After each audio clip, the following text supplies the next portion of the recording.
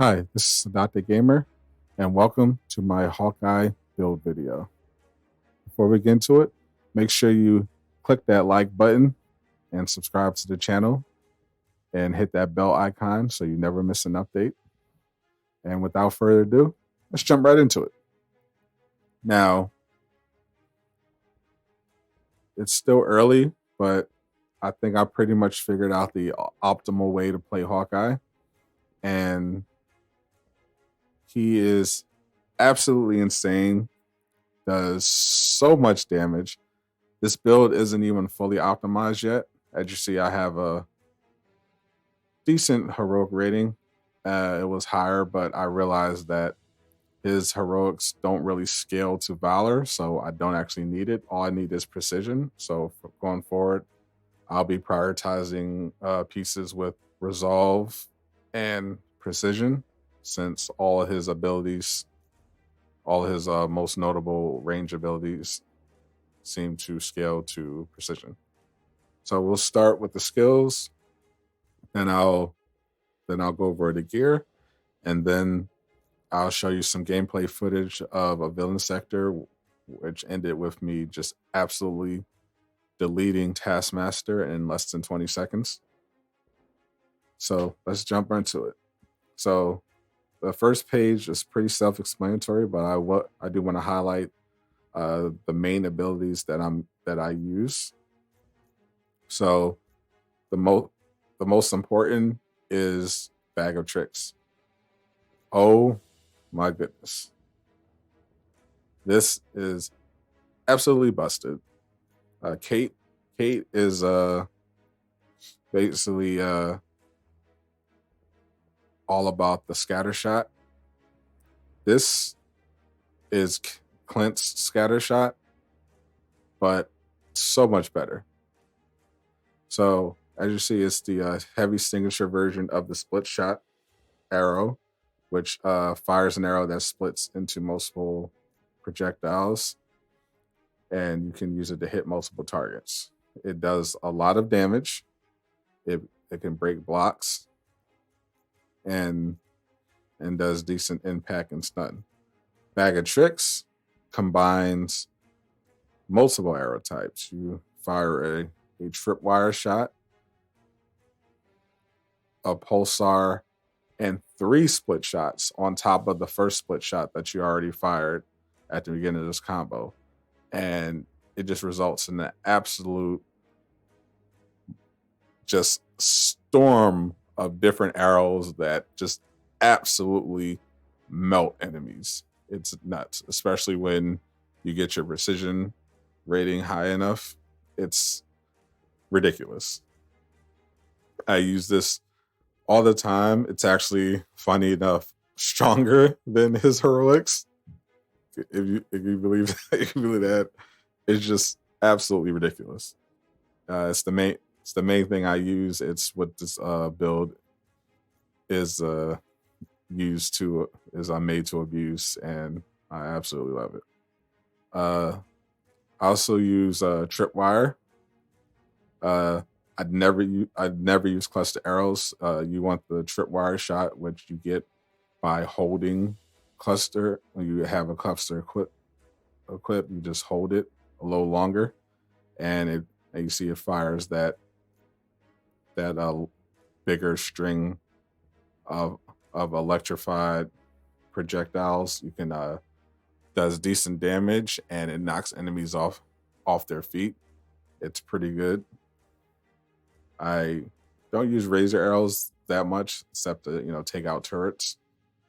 But I do like the pulsar arrows, particularly this skill, stationary target. When you fully charge the pulsar, you can actually pin enemies. So you can use this to send an enemy off the map, or just to get a troublesome enemy like a little bot out of the way. It's really good, and just really satisfying when you just send them flying across the map. It's very funny. The other I use is Swordsman's Prodigy, which is this heavy intrinsic. Basically use it to grapple towards an enemy, and deliver a sword attack, and you can follow that up with an expert swordsman to launch them. There's another skill that I have equipped that makes this do a lot more damage, and and if you have a melee crit perk, this is a pretty great way to get it to trigger, even if you have a low melee rating, which I do here. I always have a damage buff active, and this combined with another skill that I'll show you can do a lot of damage to weaker enemies. So that can be a good way to trigger a melee critical perk if you have it.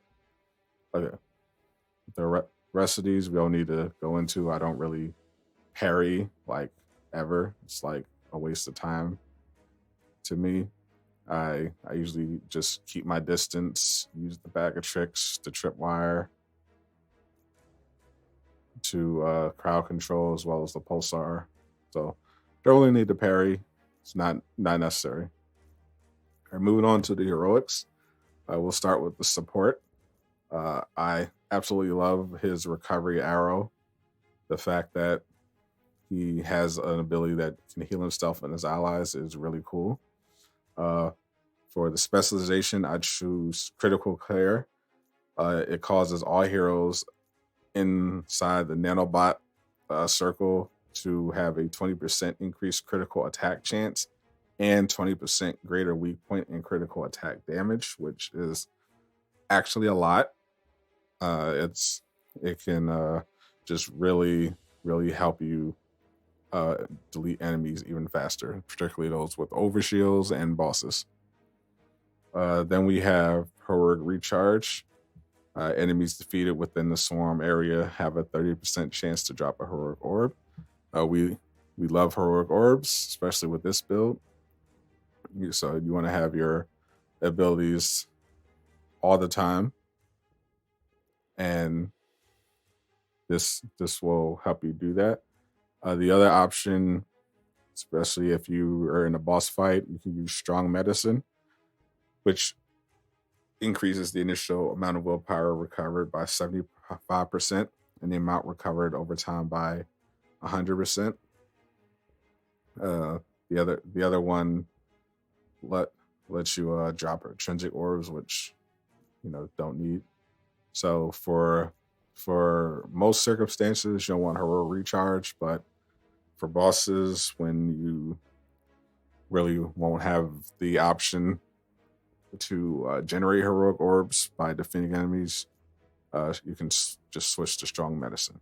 Moving on to assault heroic, you already know we got the fire devil, which creates a fire tornado that launches enemies into the air and deals a lot of plasma to the area and to the enemies. And to further boost that, we have strike point, which increases the status buildup by 30%. I like using this to apply status because I have shock damage on my split shot. So that's a nice way to get that battery effect going. If you have a negative status effect, you can combine that to do some great damage. The other options here are a falling sky, which just increases the duration, and fatal domain, which increases the size of the zone by 50%. Just because I mainly use this for tougher enemies. I like strike point, but if you're running through a hive and you just focus on crowd control, you can also use fatal domain. It's also quite good.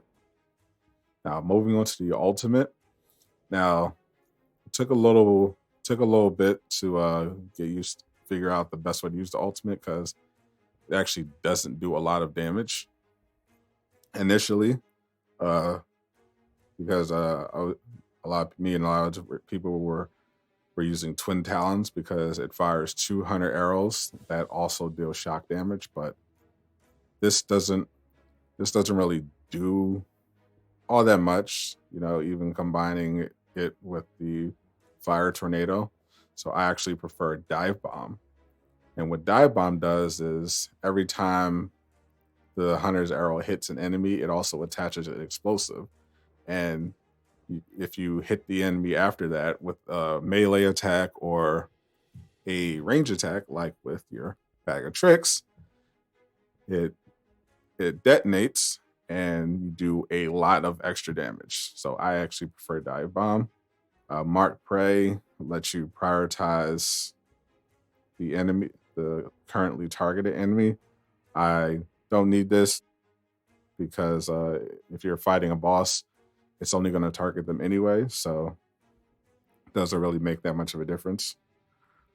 Over on this side, we have Bird in the Hand, which gives you a 25% chance to get an enemy to drop a heroic orb when you defeat them with Hunter's Arrow. Of course, this is useless in a boss fight, but in that case, you can just switch to Hunter's Resolve, which recovers 5% willpower each time the Hunter's Arrow hits an enemy. And as you probably know, Hunter's Arrow hits a lot. So while this is active, you're essentially not in any danger. You're constantly gaining health, and unless you're just standing there allowing yourself to get hit, you're not going down. Even if you did that, it'd probably take a while because, like I said, the Hunter's Arrow hits a lot. So you're just constantly getting health. It's really good against bosses, and it's also good in Tachyon Rifts, where you don't really need the extra chance to drop a heroic orb because your heroic charge rate is increased anyway. So using Hunter's Resolve can help keep you out of danger from the health drain due to the Tachyon debuff. All right, so moving on to the Mastery Tree. We got Stunning Show. This increases stun damage from all melee attacks by 20%. I absolutely love this. It comes up a lot. It's very noticeable. Even early on, I was noticing that my just little sword combos would just stun enemies super fast, allowing me to take them down and generate more heroic orbs, which is a great thing, especially if you're running Ring of Nebelong. The other options are Damage Dealer, increases critical attack chance for melee attacks by 50%. Don't need this because this is primarily a range build, but if you're running a melee build, you can consider this. But even if you were, this is way better. The other option is Inescapable Blast, which increases the impact of Implosion Arrow, causing tougher enemies to be drawn into the area of effect. I don't actually use Implosion Arrow all that much, so I don't need to be able to pull in stronger enemies. So I just stick with Stunning Show. It's really good. Sharp Fragments increases damage by a split shot arrow by 50%. Don't need anything else. The rest are increases damage for sprint and dodge attacks and combo finishers. I'm all about the split shot. It's really good. I suppose you can test out combo finishers, but I prefer the split shots, especially with Bag of Tricks, where you're firing a lot of split shot arrows. Just the extra damage, it's really noticeable and it's really freaking good. And of course, we have Heroic Burst. Performing a takedown generates a heroic orb. This is standard. You should have this on every single one of your characters. If you don't, you are in fact doing this wrong. Okay, over to the range tree. You can either use this tree. You can use the tree to spec for your razor arrow, your cluster arrow, or your pulsar. I actually like the pulsar a lot. I don't really dig the razor arrows apart from the regular combo. I basically use them for turrets and really weaker enemies like drones. I'm mainly otherwise using the cluster arrows, specifically tripwire and pulsar. So for the first tree, I have pulsar charge, which reduces the time it takes to fully draw and charge pulsar by 30%. This is very noticeable and it's very good. Over here, energized pulsar. Fully charged pulsar will fire partially energized, triggering a larger explosion if you detonate it immediately. This is pretty good. The other option is to increase the spread of your tripwire shot, which is also pretty good. And shockwave, which triggers a shockwave when you fire a fully charged razor arrow. This is pretty useless. Don't need it.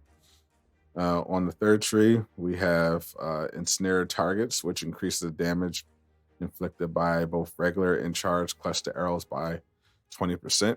Charged cluster arrows would be your tripwire shot. So having 20% increased damage on that is really good.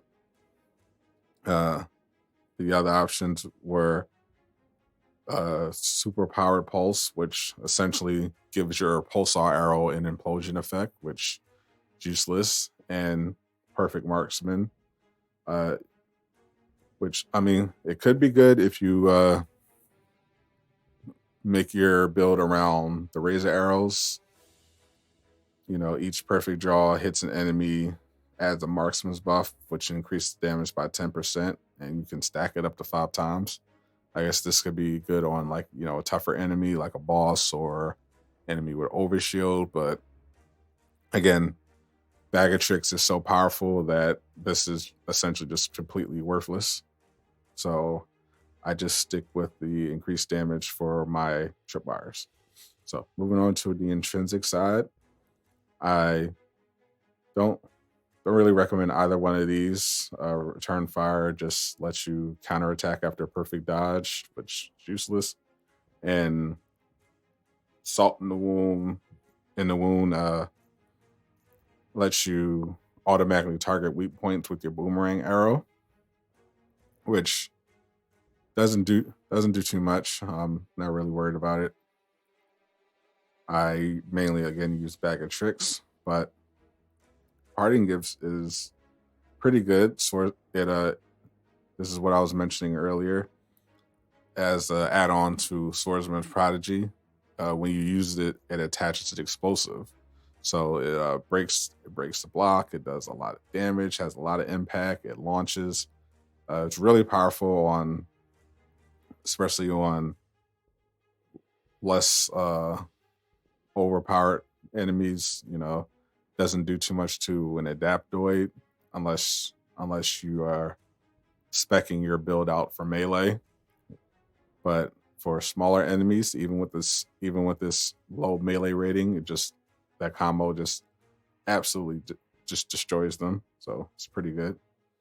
Intrinsic number 2, we've got Energy Boost, which increases the base regeneration speed of the intrinsic energy by 25%. I prefer that to Hone Instincts, which reduces the cost for your intrinsic attacks by 20%. I don't use intrinsic attacks that often, so I prefer to have the increased base regeneration speed. I found that it's more effective, and this one's useless. Don't need it.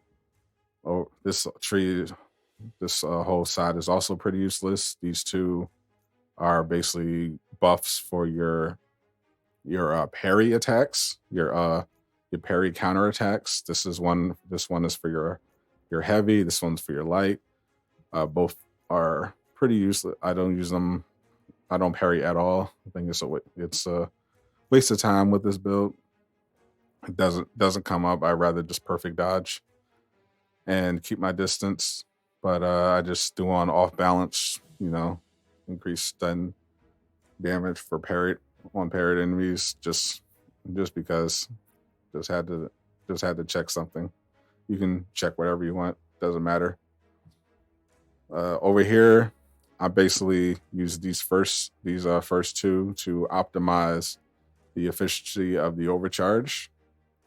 Both of them reduce the amount of overcharge energy drained when taking damage by 25%. And I found that it does make a difference when you're overcharged. It lets you hang on to it longer, and you can get overcharged pretty easily with this build by using the bag of tricks, because you're doing a lot of damage, hitting a lot of enemies, and you're further away, so they're not really hitting you. And for this one, we have critical might, which increases critical attack damage by 20% while overcharged, which is very good. The other ones aren't really necessary at all.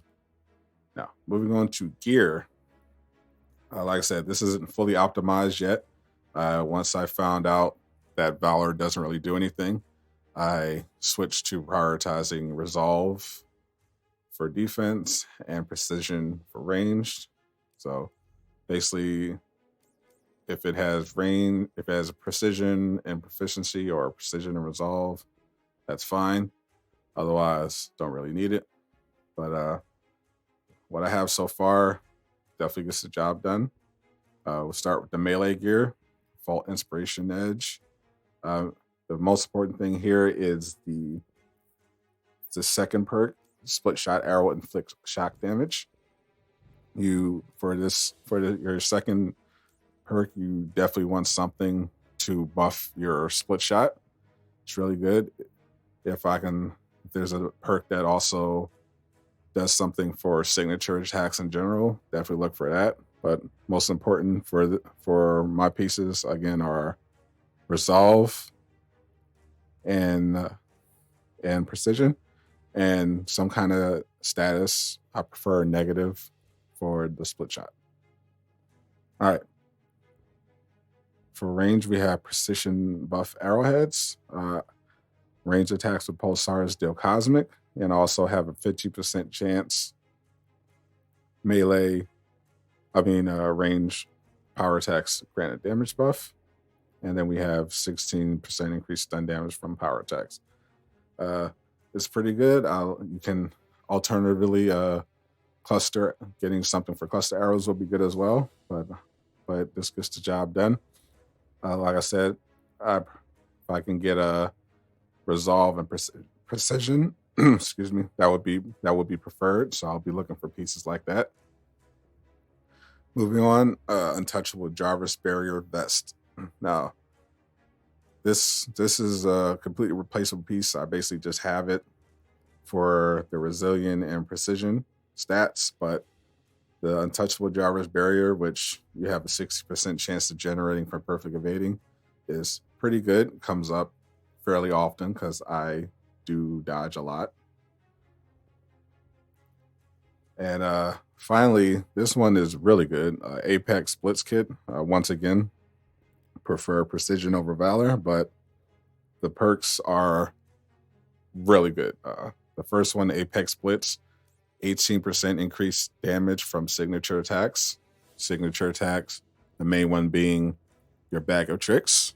And that's absolutely insane because it already does a lot of damage. So being able to increase it by over 18.5% is really good. And the last perk, the Berserker buff, successfully lands 16 attacks in rapid succession without taking damage, grants a damage buff. Now, normally people would prefer the Rampage buff. That's been the preferred one, which requires you to only defeat 3 enemies in rapid succession. But because of just the ridiculous amount of arrows you can spam with Bag of Tricks, this perk is basically active all the time. If you use Bag of Tricks just one time, you can trigger the buff, which is nuts. The minor artifacts, perks don't really matter. I basically just got them for the precision. That's really all you're looking for here. But for the major artifacts, you're looking either at Nordstone and Lethal Will, or Ring of Nebulon. Ring of Nebulon is great. Once again, if you're just focused on keeping your heroic abilities fully charged up, Bountiful does a job. I'm currently using Nordstone Lethal Will just because of how powerful it is in boss encounters. But Ring of Nebulon also is probably better in most other circumstances. But this definitely still gets the job done. It keeps my damage buff active 4 seconds longer, which is great. And it gives me the option to stack damage buffs. So that does it for the build. Next, I'm going to leave you with some gameplay showcasing what he can do, especially in boss encounters where I just absolutely murder Taskmaster in like less than 20 seconds. Hope you enjoyed. Let me know in the comments section if you want to see more build videos and what kind of in general content you like to see. I'm Sadat Gamer, and thank you once again for watching, and I'll see you next time.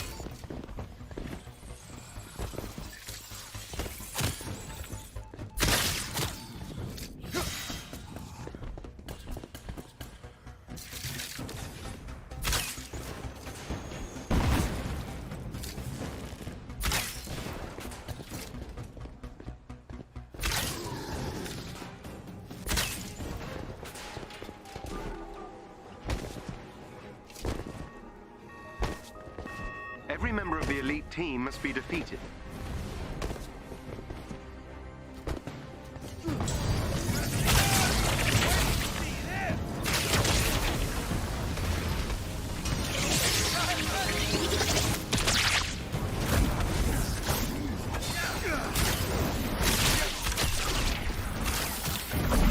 One of their agents is down.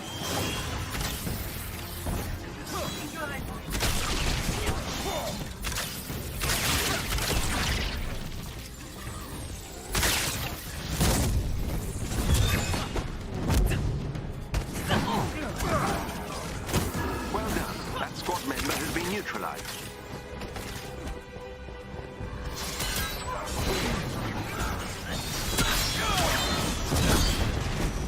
Another enemy defeated.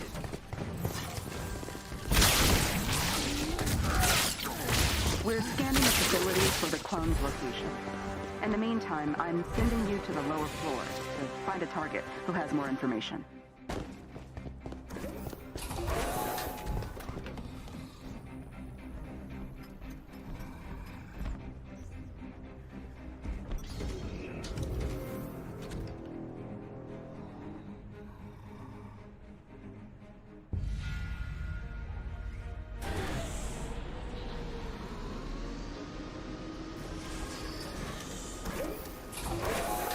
There's a security chief up ahead who has the information for the facility. You know what to do. Look for a chest with gear nearby. Sometimes I even impress myself.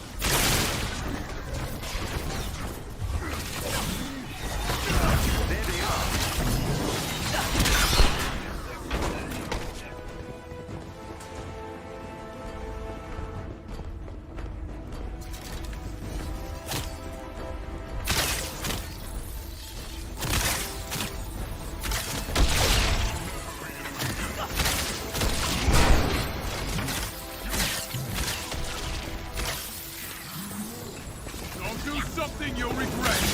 An impressive and educational performance. Excellent work.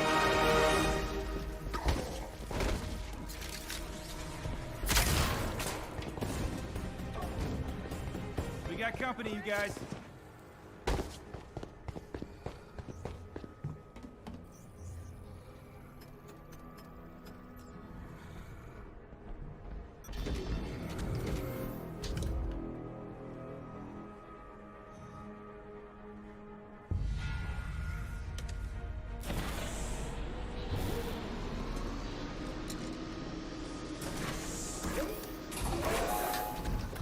Using his credentials to enter the AIM database. And we have located the clone on the top floor. Watch out. I think it might be... So good of you to come. A shame you won't be around long. Glad we're on the same page about your chances. Using his credentials to enter the AIM database. And we have located the clone on the top floor. Watch out. I think it might be expecting you.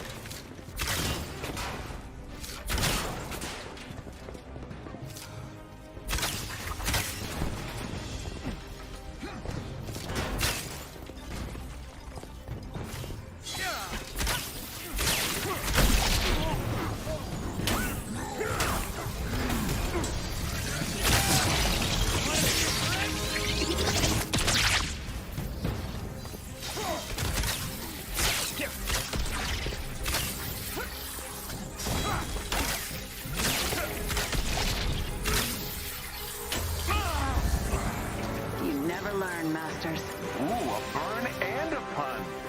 Screw Fury. I want you to be the one I relentlessly annoy by not following orders.